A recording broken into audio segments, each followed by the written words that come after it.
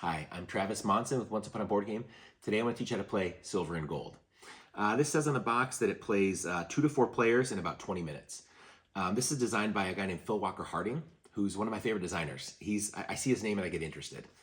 Maybe he plays Sushi Go or Baron Park, things like that. Super Mega Lucky Box is another one. I've done a run-through video for that game as well. He's put out a lot of fun games. This is another really fun one. This is a game in a genre that I personally call roll and writes. A roll and write game, kind of like Yahtzee back in the day. You roll dice and then you write something down on a piece of paper, right? That's a roll and write. You have some kind of randomizing element and then you write something down. In this game, you're not rolling dice. You're actually flipping over cards from a deck.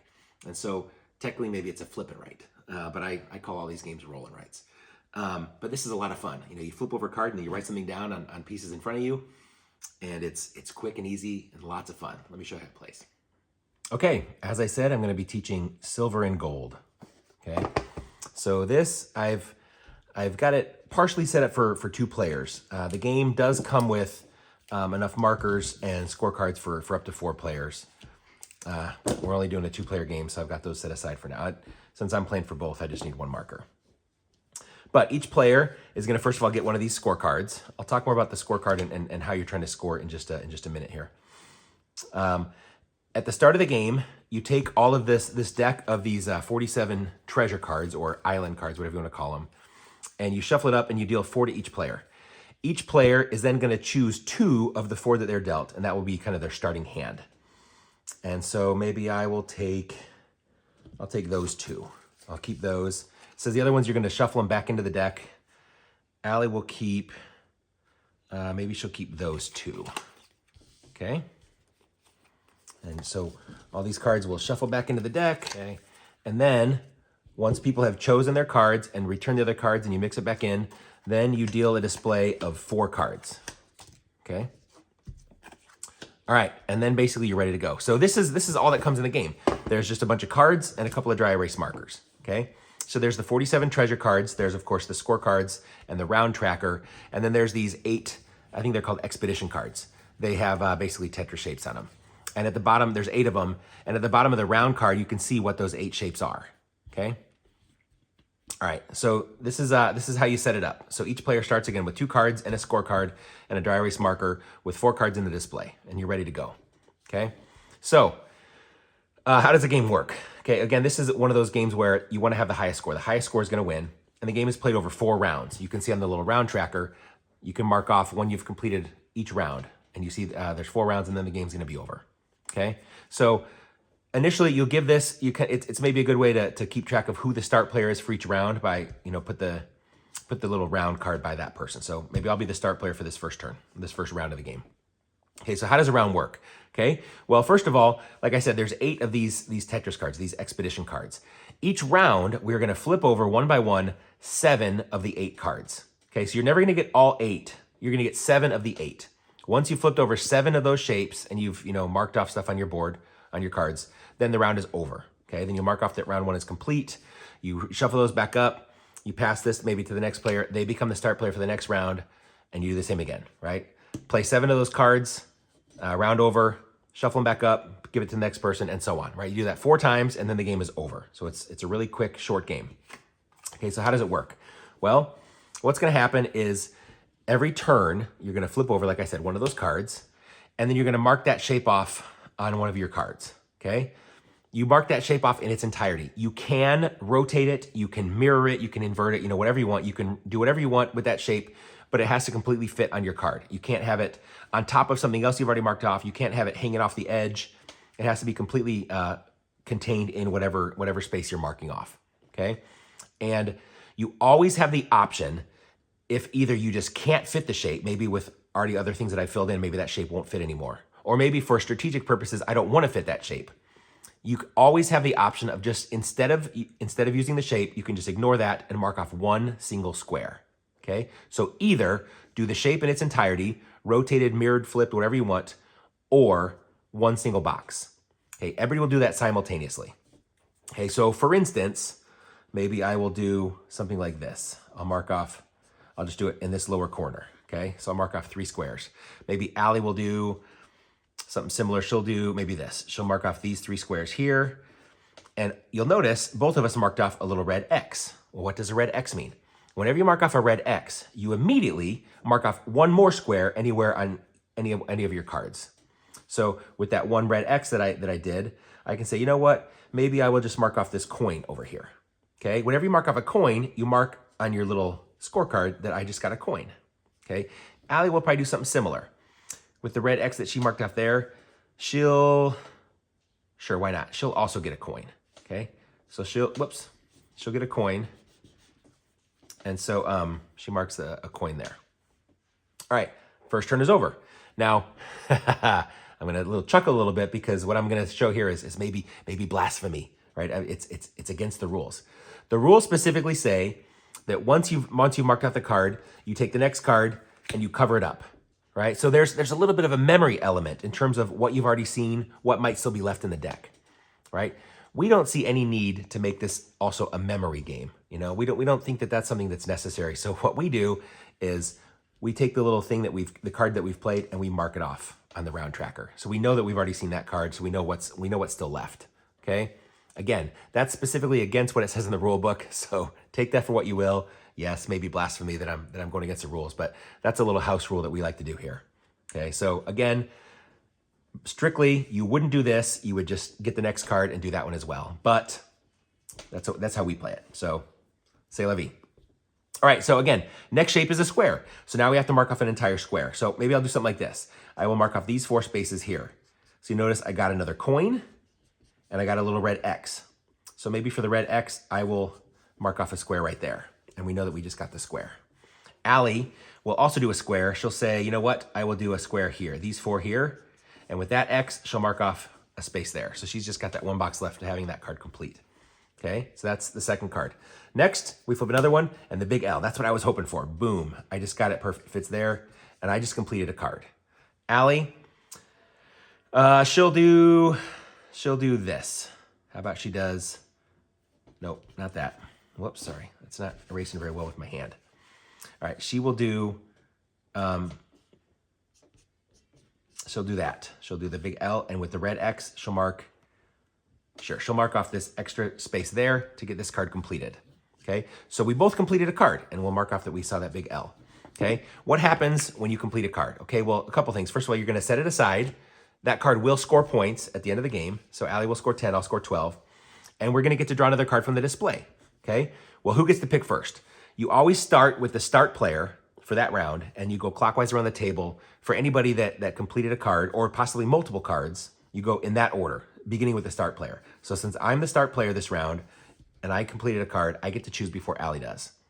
So I'll say, oh, you know what? I want the card with a lot of coins. So I'll get this card. Actually, you know what? I want this card, and I'll explain why in a minute. Even though those coins are appealing, I want this bonus seal. So I like that. And you'll refill the display at the end of each player's turn, right? So Allie will have 4 to choose from as well. Allie is looking, and she's thinking, you know what? She might want to get this with a chance also for some bonuses. And I'll talk about that in a minute. I should talk about how the scoring works. I'll do that maybe at the end of this round. Okay, so we refill the display. And again, those cards just get set aside and we continue. Okay, so we've seen 3 cards so far, right? And the round ends when you've seen 7 of the 8. So we flip the next shape, and it's the little T. So Allie right now, this will not fit anywhere on her cards. So that's a rough shape to have for her right now. We'll get back to her in just a moment. Me, I will do something like, how about this? I will mark here like this. Okay, so I did the little T, and you'll notice I marked off one of those little palm trees. You see there's a place to score palm trees at the bottom of the scorecard. So how do palm trees work? Well, this is how it works. You can only score palm trees, if you see on the scorecard, there's a chance to put a score in there 4 times. So you can only do it 4 times over the course of the game, and then you can't do it anymore. So you choose when it's more advantageous for you to score them. The way that they score is the palm trees are always worth 1 point for themselves, plus 1 extra point for every palm tree that's visible, every palm tree that's visible in the display, okay? So right now, if you look, there's a palm tree there, and there's a palm tree there, okay? So between my 1 point and those 2 palm trees, that's 3 points. So this palm tree just scored me 3 points. So I'll write that I scored 3 points, and that's one of the 4 times during the game that I can score them, okay? So again, I did the T. We'll mark off that the T is there. Allie, again, it won't fit. Literally, that shape will not fit anywhere. So Allie just can do one of those, you mark off just a single square is you know, her option. So she's thinking, okay, how about for a single square, I mark off this X, and the X lets you mark off another square, so she'll mark off that little hole that was left over from previously, okay? So that was Allie's turn. And then the next card, it's this little straight 2. Allie will say, you know what? She'll do something similar. She will mark off those 2 and score that palm tree, which again, it's 1, 2, 3 points for Allie for the palm tree. So she marks 3 that she scored. I want to do that little shape. I will do it maybe here. And that little X I'll use to mark off that space. Okay? Then, and that was the little 2. And then a straight 3. So mark off one of those. I will do maybe this. I'll mark 3 in a row there. Allie will also do 3 in a row there. Okay? And then we know this last card. Again, we've already done 6 cards. There's 2 cards left. So we're going to do one last card, and then the round will be over. So Allie is hoping maybe that it's that little elbow, because she could complete a card. I really don't care what it's going to be. And it is. It's the straight one. Okay? I can't fit it there. I'll just do maybe a straight 3 like this. Allie will simply do a straight 3 right here. That X lets her fill another space somewhere, so she'll just do it up there. Okay? So that's 7 of the 8 cards. When there's only 1 card left, you know the round is over. Okay? So, really to end the round, it's pretty simple. You just mark off that round 1 is over. And again, you shouldn't have even marked these off to begin with. We always do. But I erase it so we can do the next round. This, you know, the start player will rotate to the next person, and you simply take all these little expedition, these Tetris cards, mix them all up, and you're ready to do it again. Let me talk about the scoring and how the scoring works, okay? Let me kind of zoom in a little bit on one of these scorecards to talk about it. Okay, so you see there's a couple of different things that you're gonna score over the course of the game. First of all, you have a chance to mark off coins, okay? Every coin that you mark, and again, you get coins every time that you mark off a coin on your card. You mark off that you've completed a coin, right? At the end of the game, every coin that you've marked off is worth 1 point apiece. You'll notice at the end of these 4 rows, these 3 rows of 4, there's a little trophy, okay? It's a little bit of a race because whoever completes a row of 4 coins first, they're gonna get to claim a trophy. What do I mean by that? Well, let's look at the round card. You'll see across the middle of the round card, there's 6 trophies, okay?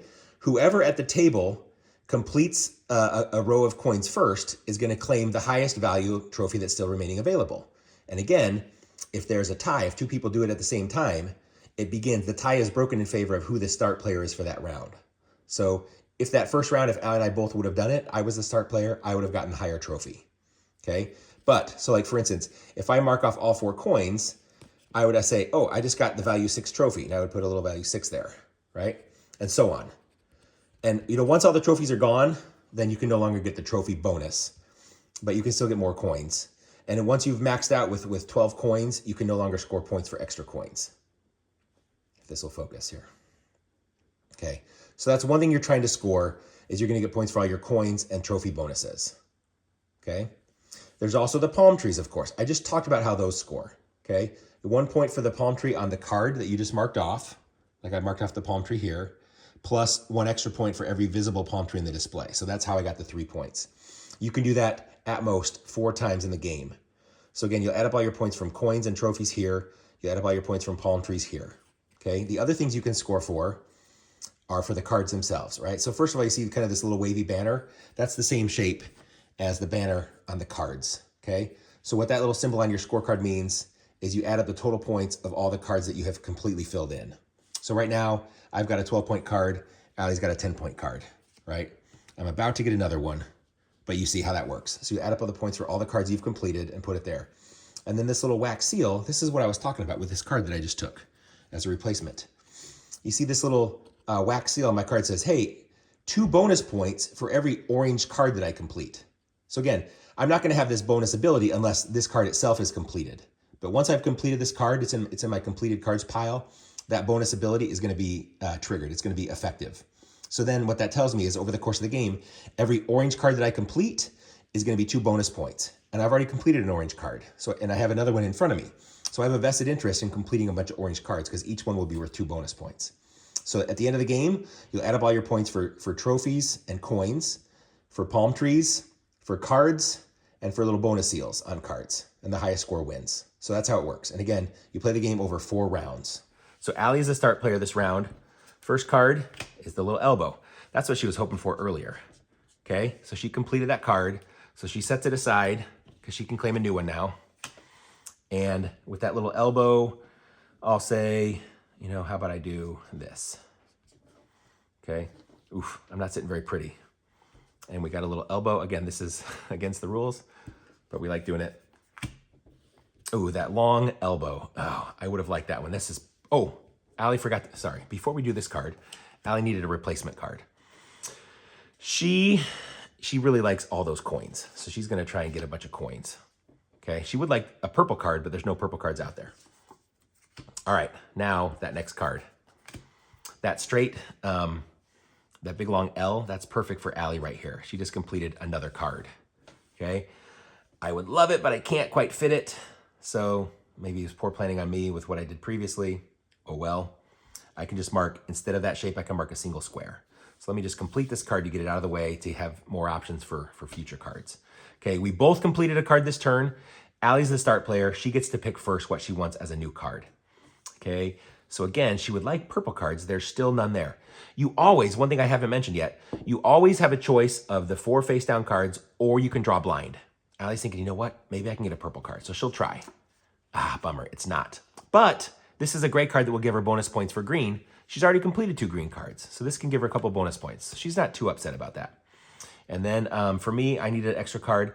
I would like another orange, right? Because if I get this completed, then all these oranges are bonus 2 points. So I'll take another orange card. Okay, then we refill and we continue. Okay, so we did the big elbow, the big L. Then the next one is that T. So with that T, how about I do this? Okay, and with that bonus X, I'll put it right there. Allie, and we're gonna mark off that that's the shape we saw. Allie will do it, how about she does it right? It won't fit on this card at all, but over here, maybe she'll do this. Okay, and she got a coin. All right, next card, a little elbow. How about I put that up here in the corner? That fits perfectly. Allie says, you know what? I will do it here. And with that X, she can mark off that coin up there. So she almost is about to get a trophy. If she can get that last coin, she'll get a trophy. And that was another little elbow. Next card, the square. Allie was hoping for that. Boom. The square fills in this card. It gives her the coin, which completes a row. She says, I got a trophy. The 6 is the most valuable one still left, so she writes a 6 there. And she completed a card with a square. Once again, I cannot fit a square. I'm thinking, oh man, I'm doing terrible. So I can just do a single X. So I'll do the X there, and I'll mark an extra space there with the X. Okay, Allie needs to draw a replacement. Again, she's hoping for purple cards. Although, you know what? This gray card will give her bonuses for those oranges. Maybe she'll take that one. Oh, but there's a purple. She would have liked that. Oh, well. So the square we saw. Next is the little straight 2. Oh, goodness. I'm hoping for, yes. So the little straight 2. I know for a fact one of the last pieces is going to be a straight 3, so I can get that. So I will just put 2 right there, and I'll wait for that other card to complete this. With a straight 2, Allie will just do something like this. Okay?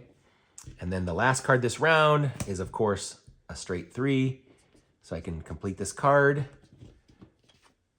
And Allie can do, she'll do this. She'll do 3 right there. Okay. So again, that's 7 of 8 cards. There's only 1 card left. The round is over. First of all, we're going to draw back up. Allie didn't complete a card. I did, so I can draw a replacement. I would like another orange card, but there's none there. You know what? I'm thinking this gives me a lot of coins, and I would keep Allie from getting it. It's a 14-point card. Sure, I'll take that one. Why not? Allie's thinking, oh, you're a punk. All right, so round 2 is over. So we're going to mix these cards up. So we say round 2 is over. We, of course, will erase what we shouldn't have marked off even to begin with. Put that in front of me because I'll be the start player this next round. We mix it up. And we go again. Okay, we've already played a couple of rounds. As we get ready for the next round, rather than play the whole game on camera, I'll just maybe skip ahead to the end and show you, what the game might look like at the end and how the final scoring would work. So for scoring purposes, cards that are not complete, you just set them aside. They're not going to score points, which is a bummer. I would have liked to have that extra bonus, but c'est la vie, right? So those are not going to score. So first of all, let's look at all these cards that I did complete. Okay, so let's see. So 10, 20, 30, 40, 50, 60, 62, 66, 68, 70, 72. So 72 points in cards. And then my bonus is I get 1 point for every gray card. No grays. Womp womp. I don't get that bonus. This is 2 bonus points for every orange card. 2, 4, 6, 8. I get 8 bonus points. So between my cards, the 72 and the 8, I scored 80 points for cards. That's great. My palm trees, I scored 3 twice, so that's going to be 6 points. With the coins, I got 4, 8, 9 coins, plus 8 point in trophies, a 5 and a 3. So 9 plus 8 is 17. Okay, so then 72 and 8 is 80, plus 17 is 97, plus 6 is 103. So my final score would be 103. Allie, she's got 4, 8 coins, plus 10 points in trophies. So 10 and 8 is 18. So we're almost identical on coins. Allie also scored 6 points on palm trees. That is identical to me. So how did she do on cards? Well, let's see. All right, so she's got, so a 12 and a 12 and an 8 is 20. Another 12 and 8 is 20. So 20, 40, 50, 60, 70. So 70, almost identical to me. She's got a couple of different seals. So she's got 2 points for every orange card. So 2, 4. So 4 bonus points. 1 point for every green card. 5, 6, 7 bonus points. And then 2 points for every purple. She doesn't have a purple. So she's got 7 bonus points. So I'm going to just eke out the win. So 18 and 7 is 25. 25 and 70 is 95. Plus 6 is 101. 101 to 103. Very close, but I won. And that's how you play silver and gold. So that's silver and gold. As you can see, it's really quick and easy. It's just 4 rounds of flipping over 7 out of the 8 shape cards to complete a round. And you're trying to score points for the coins, you're trying to score points for the trees, you're trying to score points for the cards themselves, and maybe those bonus seals to get extra points. When you put it all together, wow, it's a lot of fun. It's really quick and easy. Every time we've played or introduced it to other people, they've all really enjoyed it. They've wanted to get a copy themselves. Hopefully this teaches it to you so you can pick it up and play it. There is another game, a sequel that came out about a year or 2 after this one, a game called Silver and Gold Pyramids. This is another one that plays similarly, although it is different in how it works and how it scores. I will do maybe a separate video of how this one works, but they're both a lot of fun. Again, this is that genre that as I mentioned up front, I call roll and writes, even though yes, technically we're flipping cards, not rolling dice. But I do love these roll and write games. I got a whole bunch of them in my collection. And Silver and Gold is one that we've really had a lot of fun with. We really love this one. So hopefully this teaches you how to play, maybe piques your interest, maybe gets you interested in playing roll and write games in general. But hopefully you've enjoyed the video. Let me know in the comments if there's something you want me to change or something you want me to do differently or a different game you want me to cover. I'll be more than happy to help how I can. Thanks for your time. I appreciate it. Travis Monson with Once Upon a Board Game.